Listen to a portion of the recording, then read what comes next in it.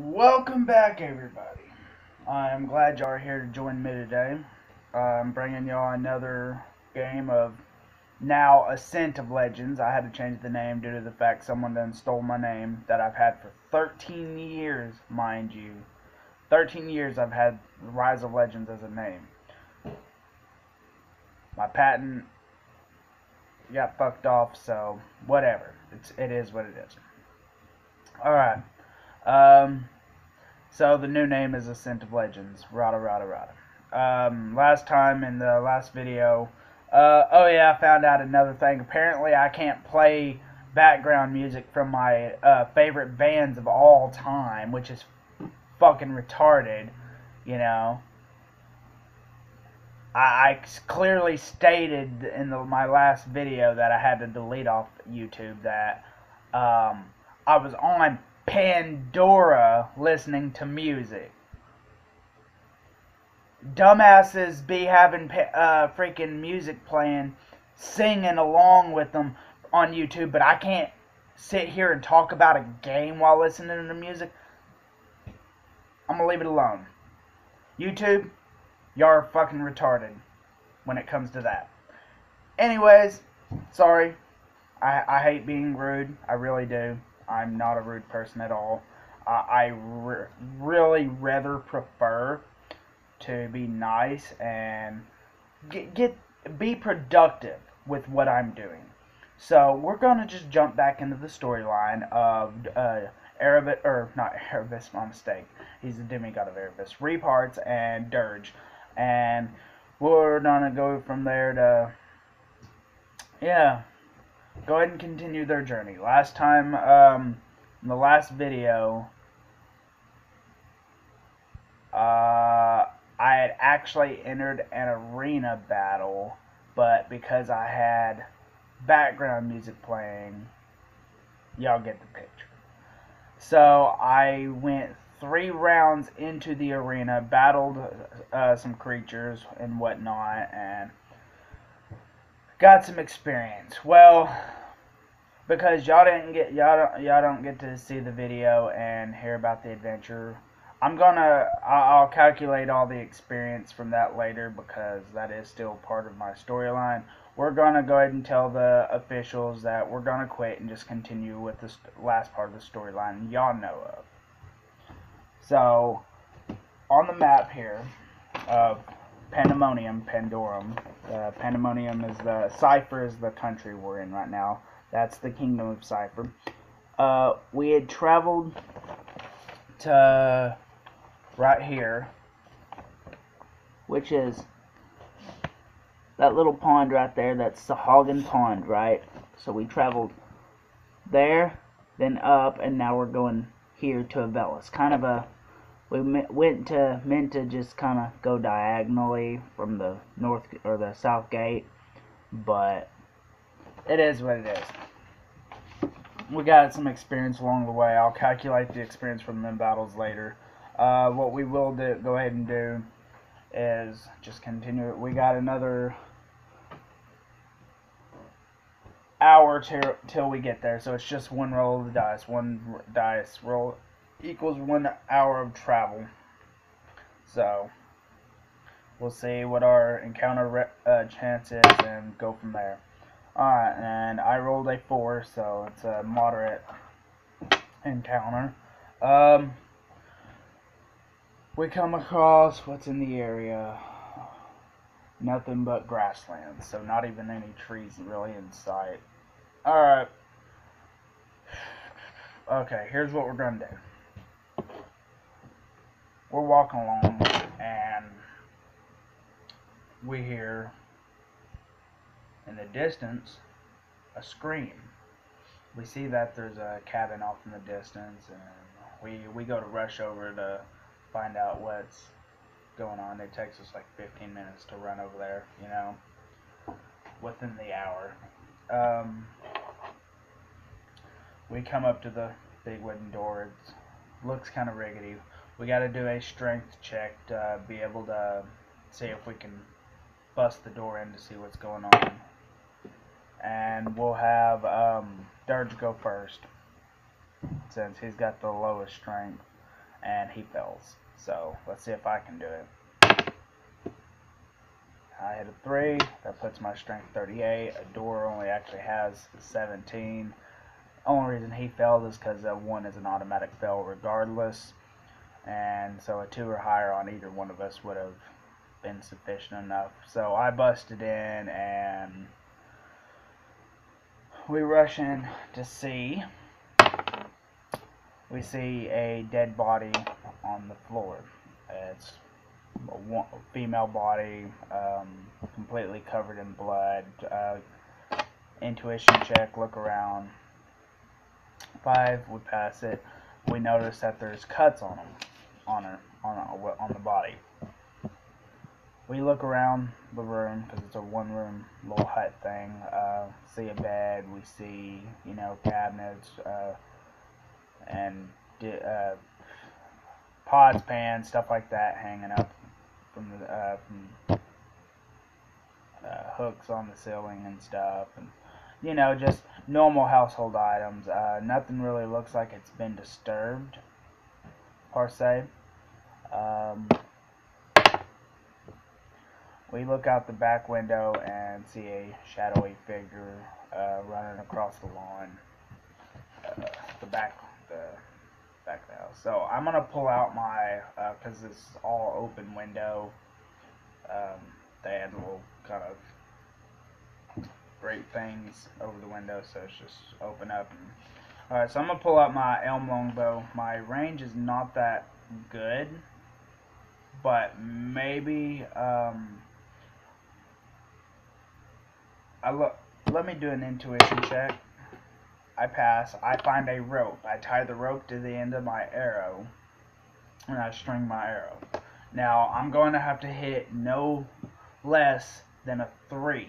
I need to hit so a 1 or a 2 is not going to be good enough because of my low range score. I have to hit a 3, 4, 5, or 6 to succeed.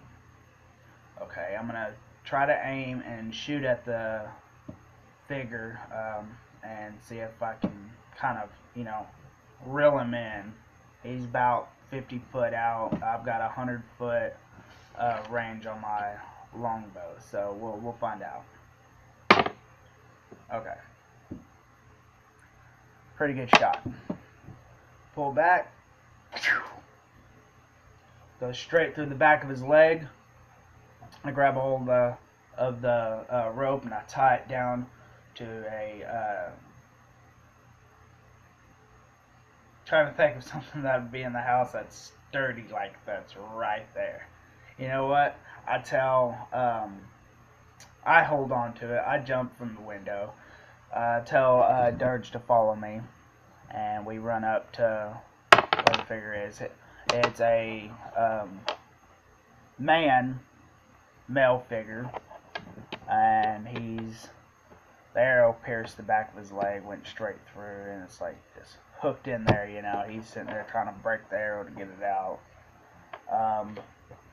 His race, see if I know what his race is. 6. So I know exactly what he is. His race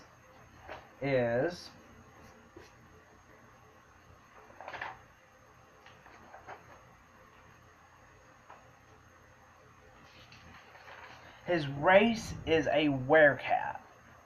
Alright?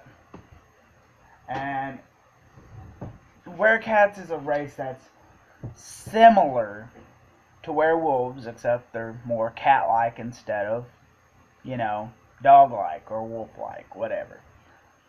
So, I'm sorry if this is kind of boring, guys. It's not as good without the music. I hope y'all can get into it. Anyways, so here's what we do. It's also not as fun playing by myself, so yeah. Anyways, sorry, nose edge. We asked the werecat, who are you? The man says, I live there. He said, we asked, so why did you murder that woman? He says, I it was by accident. I was in the middle of my change and it just happened. You know, you ain't got no control whenever you first change. We're like, alright. So I called Darge over and I'm like, so what should we do about this? See what his answer is. Oh. That's all he can think of is, oh. Yeah, for someone that's supposed to be smarter than me, he sure is dumbfounded. I don't know, maybe he had a blonde moment. Oh, okay, so I'm like, alright. Alright, here's what we can do. We can tie him up and go ahead and turn him over to the authorities. And once we get to Avelis, which is a small village, but still, you know, and just go from there. So I'll explain the situation and they'll deal with it on their own accord. So, alright. And we successfully tie him up. Rest of the trip, we don't really come across anything. We come across a couple other travelers that are traveling towards the arena for the tournament and everything. And we make it to Avelis. Upon entering, the guards around the village saying, "Halt! Who goes there?" I'm like, we're just traveling for this mission that we accepted in the Kingdom of Cypher. It's a bounty mission that we're here for. He says, "Who is that you have tied up back there?" I'm like, well, this is a guy we came across the cabin, and he said he's a werecat, you know, so he accidentally, so he says, killed his supposed wife. It's about 30-minute walk from here, you know, during the change, because supposedly they ain't got no control. He says, well, go collect y'all's bounty and we'll take him to the prison. I'm like, okay. So we hand him over and we go to the designated spot where the person who set the bounty is supposed to live. Knock on the door. A young lady, about, I don't know, she can't be no more than 14, 15 years old, young woman, answers the door, says, "How can I help you, sir?" We're like, well, we're here for this bounty. We pull out the bounty ticket and hand it to her, and she says, so, y'all are here to catch the werecat that's been plaguing the area, slaughtering women. We're like, yeah, sure, let's go with that. She's like, well, it's rumored he hangs out on the plains of war, you know, outside the village, here, in between here and, between here and the Cypher mine. Like, okay, you know, that's the Cypher mine, that's within an hour distance, so, he's making his way, in other words, within hour rounds around the area of the Velas, apparently. So, we're like, well, we just captured a werecat. He's right now currently being held prisoner by the guards, and we just handed him over. So yeah. She's like, guards? What guards? Or like, you know, the town guards.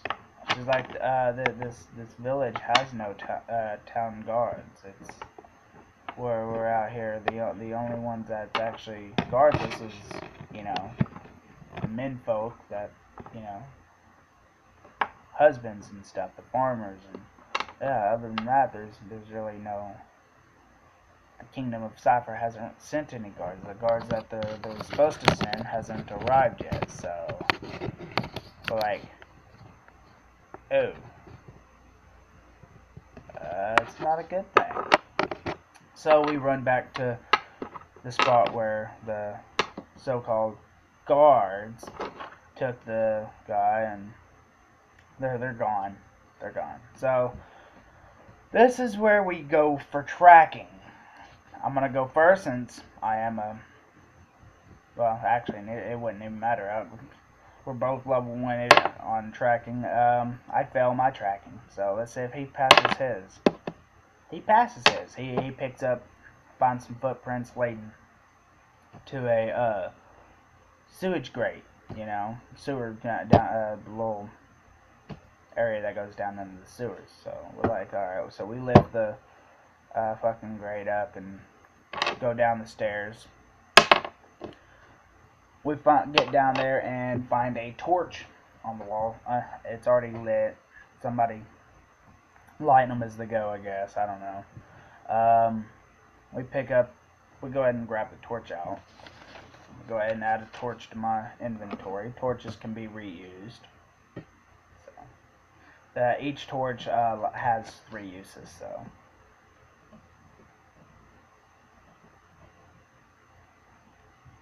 And actually, it's been 20 minutes already, guys. I'm going to pause the event here. I know we didn't really do much of nothing, but I'm going to go ahead and pause here because I got prior things I got to do. I got some Pokemon videos I got to do, so I got to get that done. I hope y'all enjoy these videos, and I will catch y'all later. If anybody has any comments or any way, you know, whatever, just let me know, and y'all can talk, message me, and I'll send y'all, we can email or Skype or whatever, for whatever suggestions y'all need. It's up to y'all. So, yeah. Anyways, I will catch y'all later, and I hope y'all have a good day.